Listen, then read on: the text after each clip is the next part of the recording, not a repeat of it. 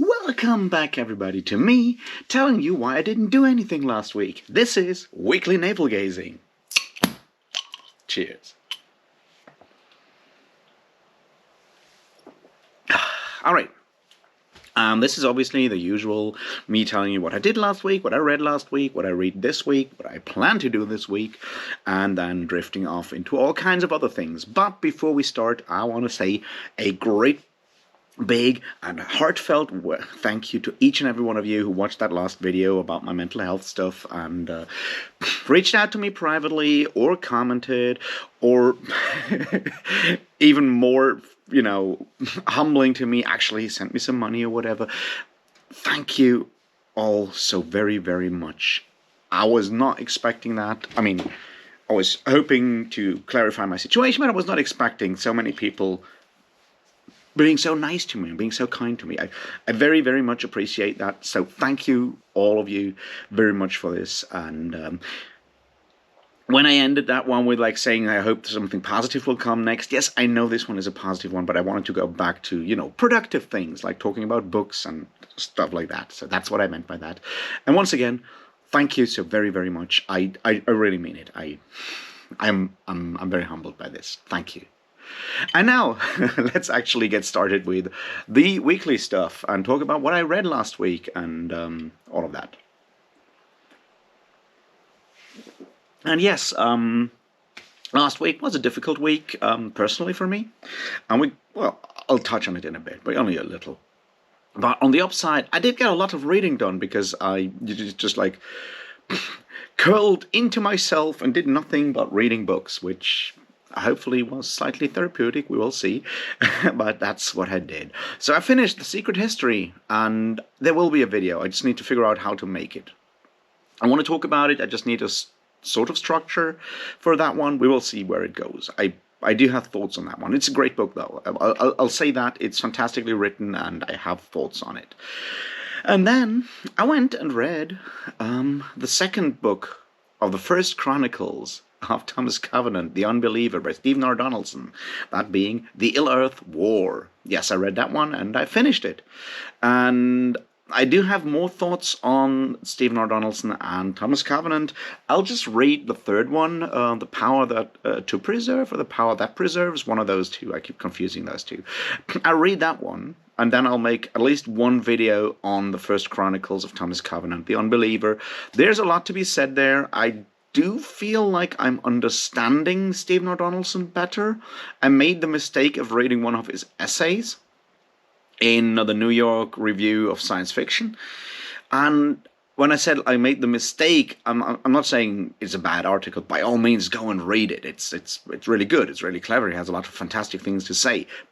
But we're drifting into the whole death of the author thing here. It's now I have something that Stephen R. Donaldson said about what he's trying to do with these books, and that may possibly influence how I read those books. And the question is that what I should do? Should I, get the author's guide to reading their book, or should I just plunge further in? I mean, I've already read two of those three books, so possibly the damage is rather limited, but still.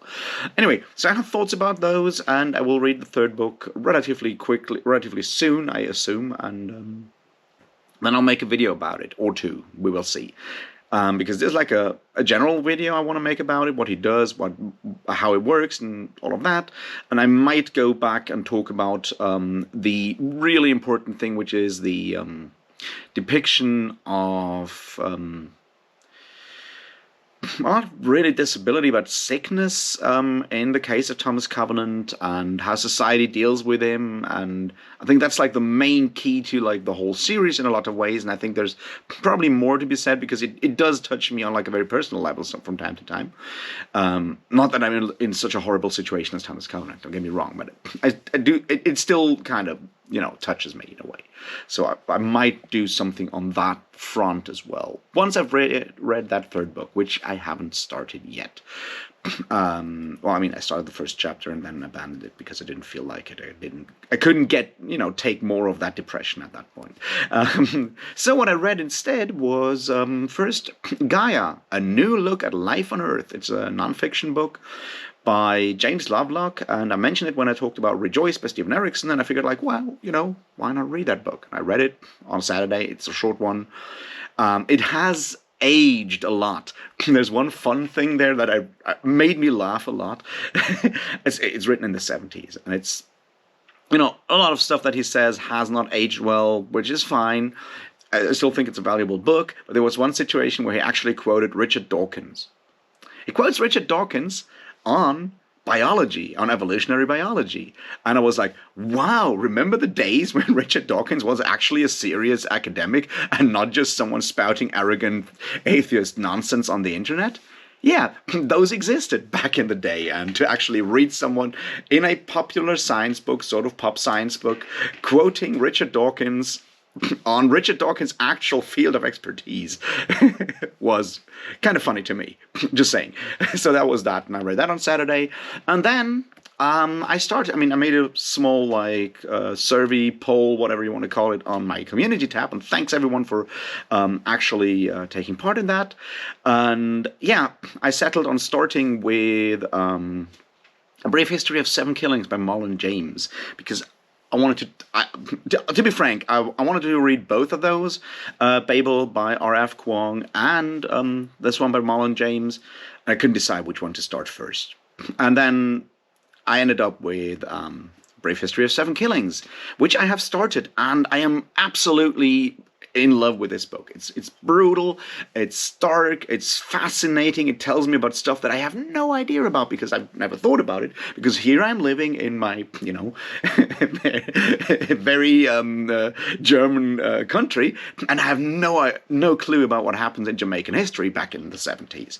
But it's fascinating. I'm very in love with it. It's incredibly well written. It's also extremely hard to read for me, because if you haven't started reading that book, and I fully understand if you haven't, well, you should, and I'll definitely make at least one video on it when I'm done with it. But it's largely written in various dialects in Jamaican patois, and I don't speak that at all. Like, I always thought my English is sort of solid, but that's something else. So it takes me a lot of, attention that, I don't always have, so I'm going slow through that one, so it'll probably take a couple of days before I'm done with A Brief History of Seven Killings, which is absolutely amazing. I'm really in love with it, and there will be at least one video on it once I'm done.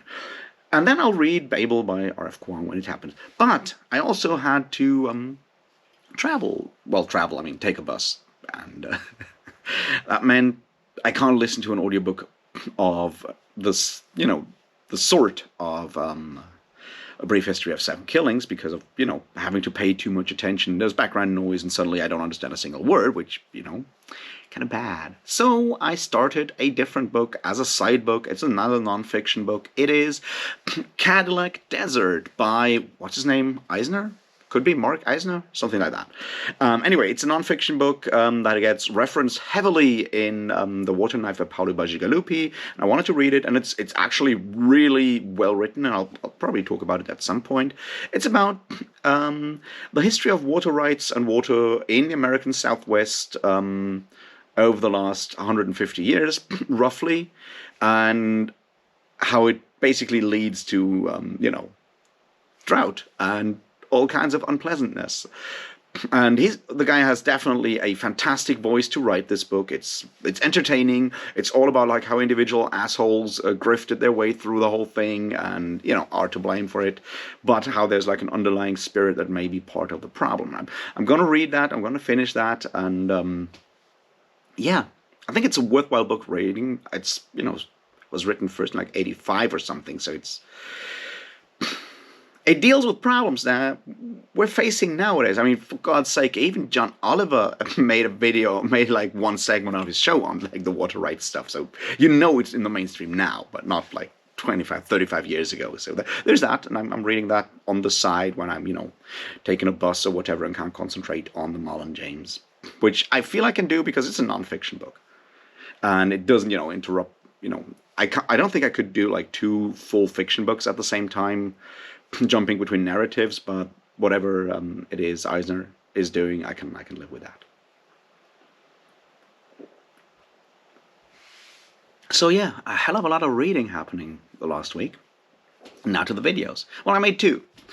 And the first of those was sort of the reply to AP Canavan, the Critical Dragons video on Icarium, and I had like a long-ish conversation in the comments down with AP that I felt was very fruitful, and I'm not sure if either of us has actually abandoned their own position, but I don't think so. But I think we found some common ground in there as well. I only wanted to, add another dimension to it. I'm not claiming that my interpretation of Icarium is the correct one or anything. And once again, AP's video is fantastic. I just felt that adding that facet was important, and yeah, I'm happy with that one. It came out of one of those, like, I make a video on a whim because I watched something like, bam, I need to do something about it, that kind of thing. So yeah, worked well.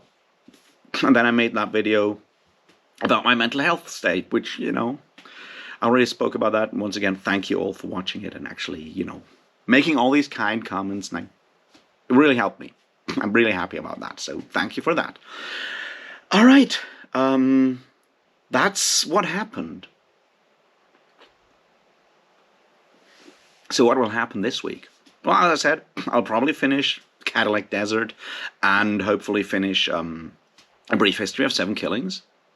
And then I'll start Babel by R.F. Kuang. I'm kind of looking forward to that one. I'm not gonna lie, it's a topic that I'm interested in, and I have no idea what happens after that. Yes, I'll definitely read the Assassin's Apprentice, reread Assassin's Apprentice, but I'm sort of waiting for my friend to get their stuff together, and they have had some issues and whatnot, so it's delayed because of that. I'll read it and I'll talk about it whenever that happens, which may be this week, maybe next week.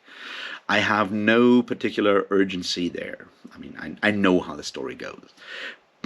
So that's sort of my plans for reading. Will something else jump in? I have no idea, possibly. And whenever I'm done with Babel, and if I don't have to, catch up with Assassin's Apprentice, I might just go and barrel through that third Thomas Covenant novel so I can actually talk about it. That's sort of the vague reading plans out there, but with like something like Brief History of 7 Killings, which has 5 chapters, and I've finished the first of those chapters, but they're like huge chapters, so I feel like it may take a while for me to actually get through the rest of that. We will see.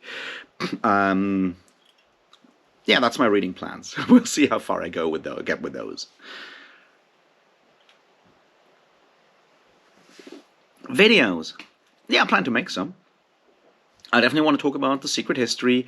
Whenever I'm done with Brief History of 7 Killings, I will definitely talk about that one. It's, and it has made me think a bit about the whole idea of like literary fiction versus fantasy or whatnot. Sort of like a return to what we talked about last year with the Salman Rushdie book and stuff like that. So there might be another video in there about that whole like made up difference between those two, and a made up competition or whatever you want to call it. Maybe we will see. That's one possibility of going somewhere. Definitely the Secret History video.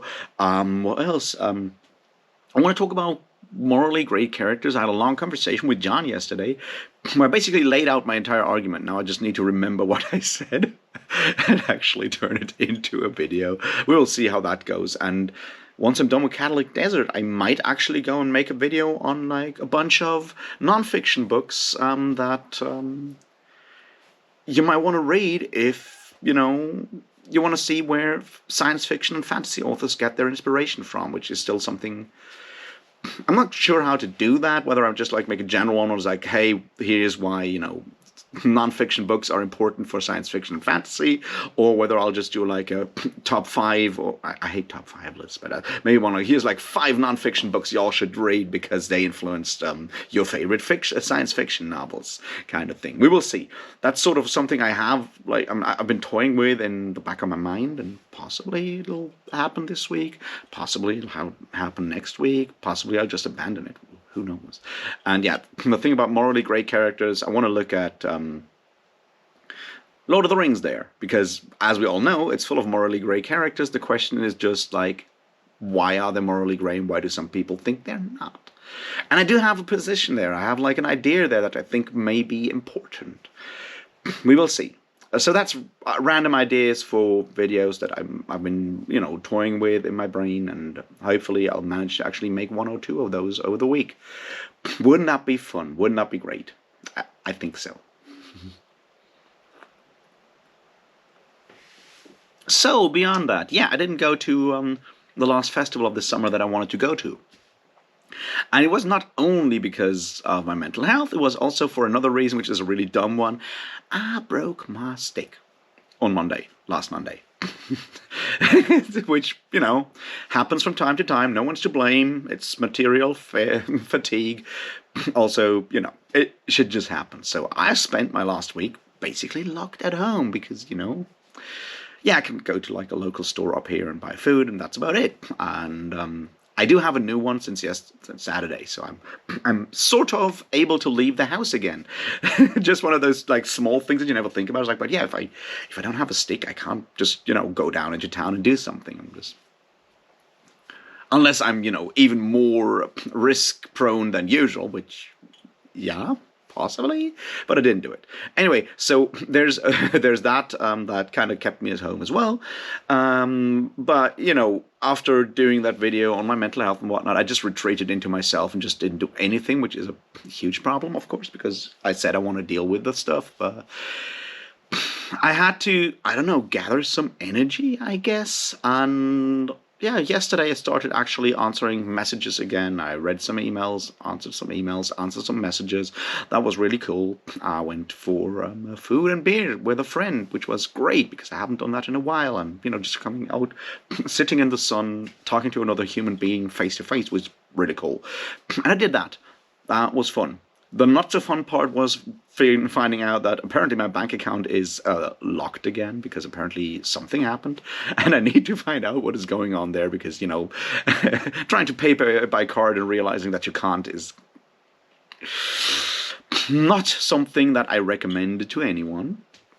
That moment when you don't have money suddenly is not a nice point. I will definitely solve that problem, I hope, and then we'll see where things go from there.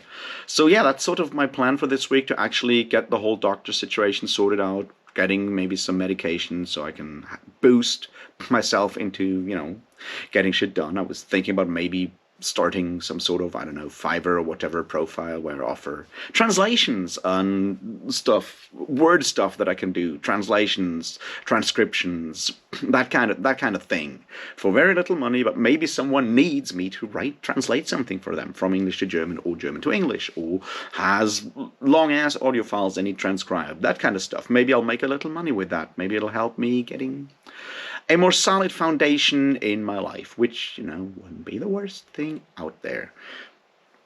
Beyond that, I don't know. I'm still alive, which is pretty cool. And I hope I'll survive this week. And, well, taking this one step at a time at this point. I'll just, do my best to keep on keeping on. Anyway, that's sort of what happened last week. Let me know what worked for you, what you did, what you read, what you drank, what you ate, all of those things. And I hope you had a great week, and I hope you're having a great week, and I'll talk to you very soon about something else. And until then, cheers.